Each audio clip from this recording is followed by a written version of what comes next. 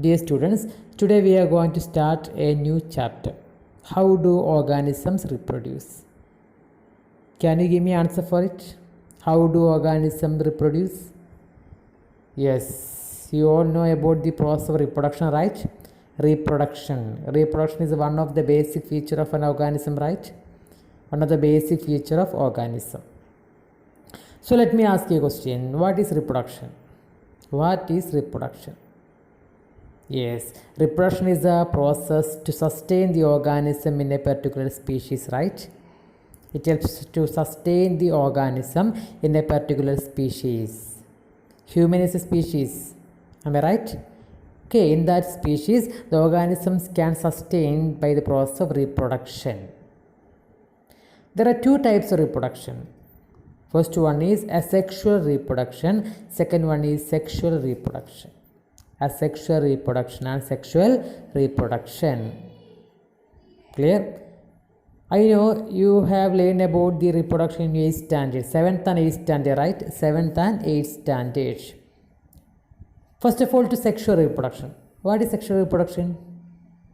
Yes, if the reproduction happened by the fusion of gametes is called sexual reproduction. You know what is gametes, right? Gametes, the reproductive cells. Okay, if the reproduction happened by the fusion of gametes is called sexual reproduction. Human has sexual reproduction, right? Human has sexual reproduction. Then asexual reproduction. If the reproduction happened without the fusion of gametes is called asexual reproduction. The reproduction happened without the fusion of gametes is called asexual reproduction. Clear? I already mentioned that the reproduction happened between the organisms of a particular species, right? Particular species. And we know that the organisms of a species look alike, right? They look similar, they look alike. Okay, so I have to say you one thing, no? The reproducing organisms create new individuals that look very much like themselves, right? At the time of reproduction, the organism create a new individual, no? That individual look very much like themselves. Why? Why is it so? Why is it so? Yes, it's because of a process. That process is called DNA copying. DNA copying. Now let us have a discussion about the DNA copying. So we have to say that DNA copying happened during reproduction. Okay, let us have a discussion about the DNA copying. DNA copying is a basic event in reproduction for the creation of a DNA copy from the old one. One cell already has DNA, right? Okay, at this process a new copy of DNA will be created. You know where is the location of DNA? Yes, DNAs are seen in the chromosomes in the nucleus, which contain information for the transfer of features from parents to next generation.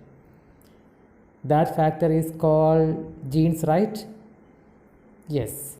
During DNA copying, a cell creates a new copy of DNA.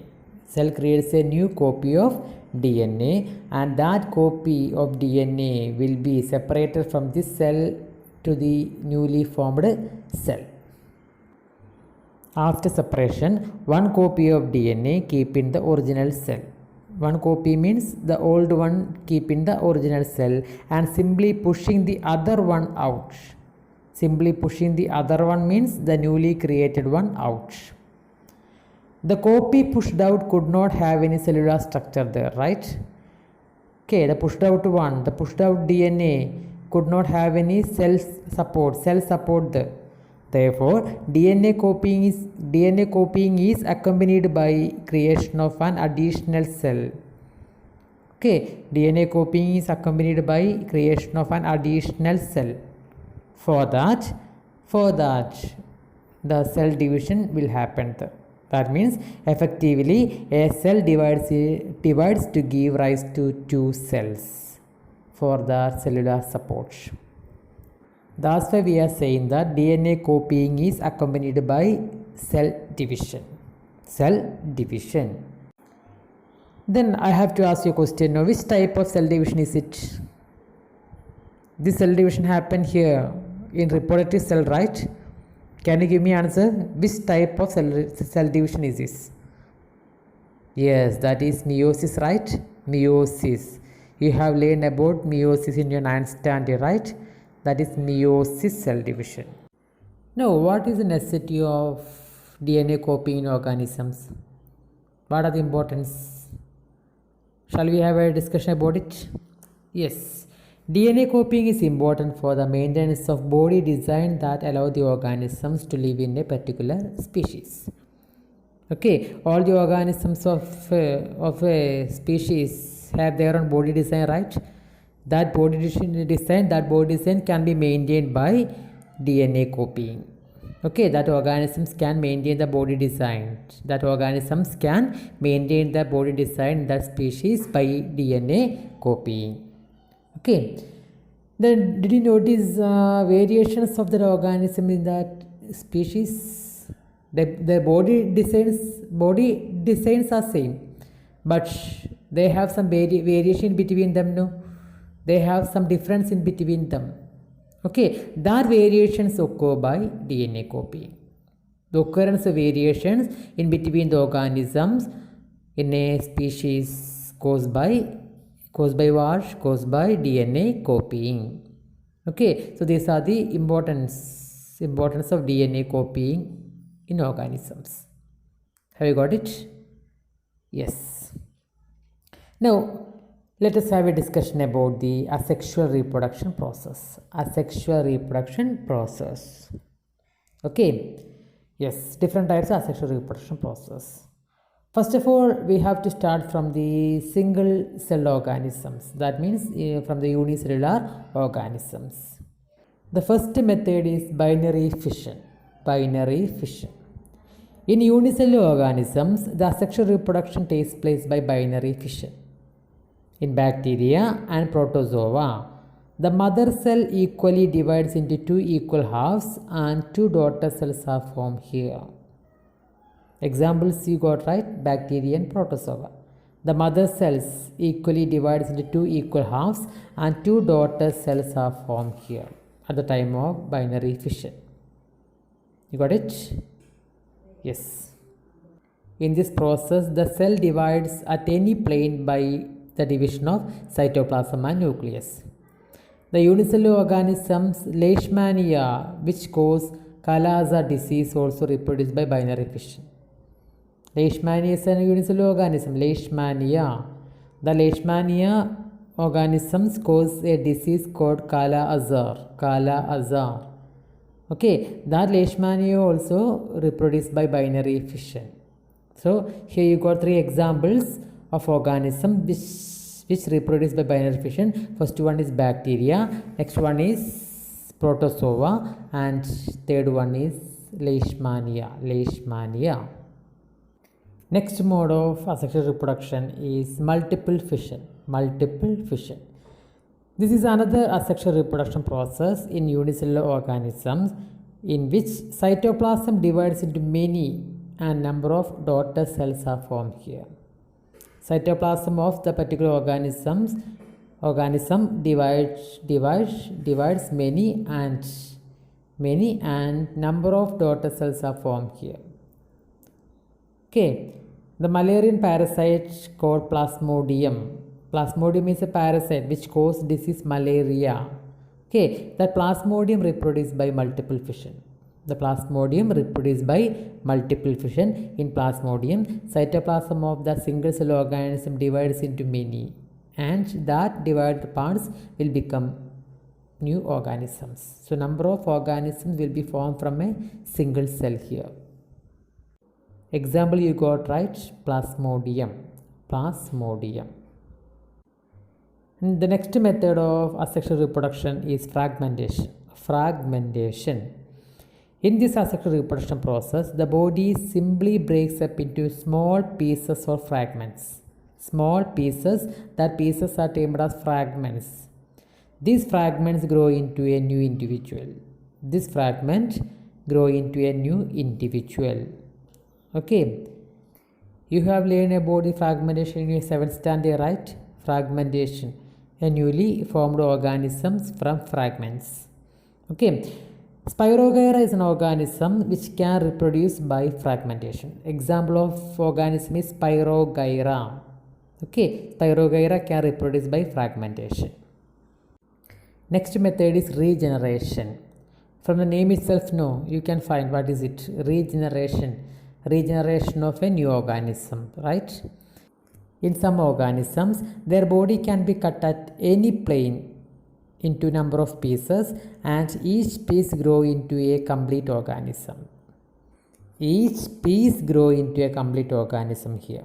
Okay, each piece grow into a complete organism. And this is happening by a specialized cells. The growth of that organism from that piece happen by a specialized cells. That cells are called regenerative cells. So we have to say that in that organism, in that specific organism, regeneration from that cut piece happen by a specialized cells. That cells are called regenerative cells. Regenerative cells. Planaria and Hydra can reproduce by this process. Planaria can produce a new one by regeneration, and Hydra also can reproduce by regeneration with the help of a special cells. That cells are called regenerative cells. Regenerative cells. Next one is budding. Budding process. Okay, budding method. In this method, a bud develops as an outgrowth due to the cell division at one specific site. A bud is an outgrowth. Bud is an outgrowth. Okay, that bud formed due to the cell division at one specific part of the body of organisms. This bud develops into tiny individual. When it fully mature,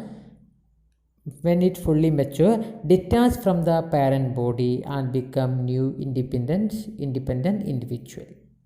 Okay, that means that bud will start to grow, right? Okay, and it will mature, right? At the time of after maturing, that organism, that grown organism detach from the parent body. Detach means separate from the parent body, and become new independent individual here. Hydra can do the budding. Hydra is an organism which can do the budding process at the time of reproduction. And yeast also. It is a unicellular organism, right? Yeast also can reproduce by budding. Next, let us have a discussion about the vegetative propagation. Vegetative propagations. We had a discussion about this process, this method in our 7th standard. Vegetative propagation.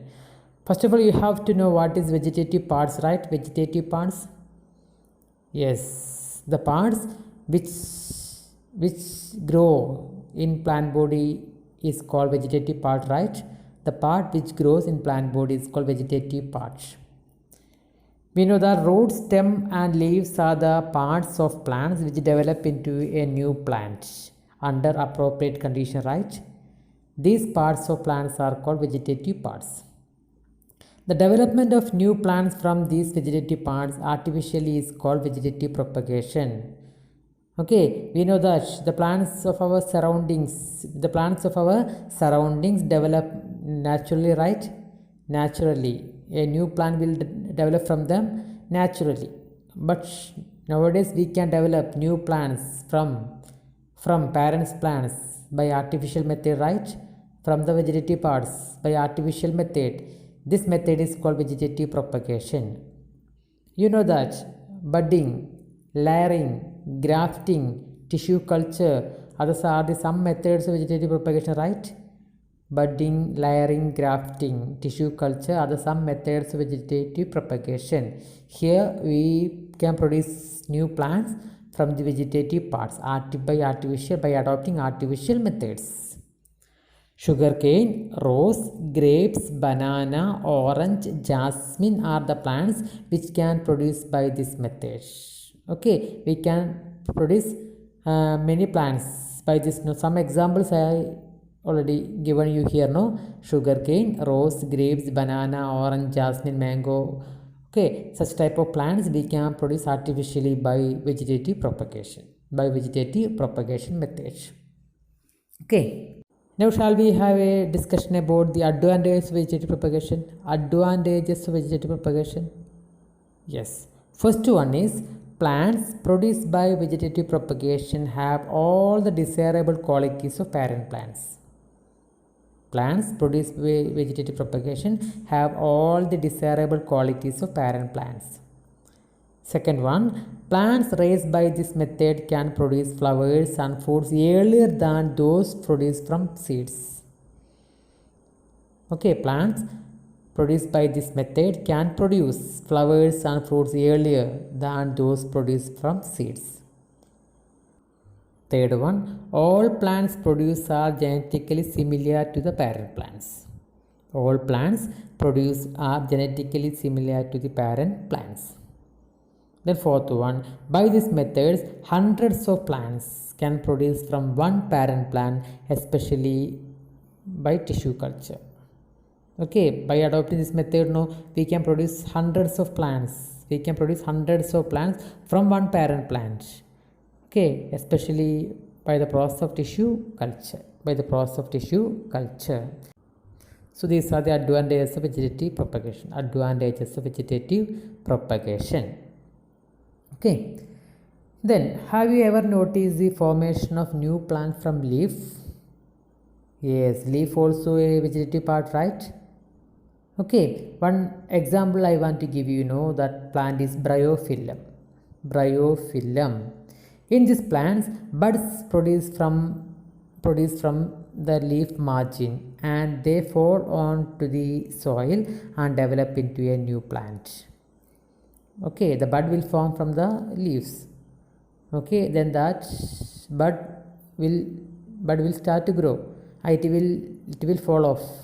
It will fall on the soil and develop into a new plant here. Example of the plant is bryophyllum. Bryophyllum is a plant in which vegetative part is leaf. You got it? At last, no, we have to learn about reproduction by spores. Here I want to give you an example first. Fungus or rhizopus. This point also you have learned in your 7th standard. I know that. In rhizopus, no, asexual reproduction takes place by spores. Rhizopus has some thread-like structures in their body. Their thread-like structures are called hyphae, with a tiny blob-like structure on the tip. Called sporangium. The blob or sporangium contains cells. They are called spores. The spores are covered by thick walls which protect them until they come into contact with the moist surface and can begin to grow. That means at the time of unfavorable condition, the sporangium will burst open and the spores will come outside, right? And they will contact with the moist surface. After getting the moist factor, it will start to grow. And form as a new fungus. You got it? So rhizopus is an organism which reproduces by the help of spores. You got it right? Yes.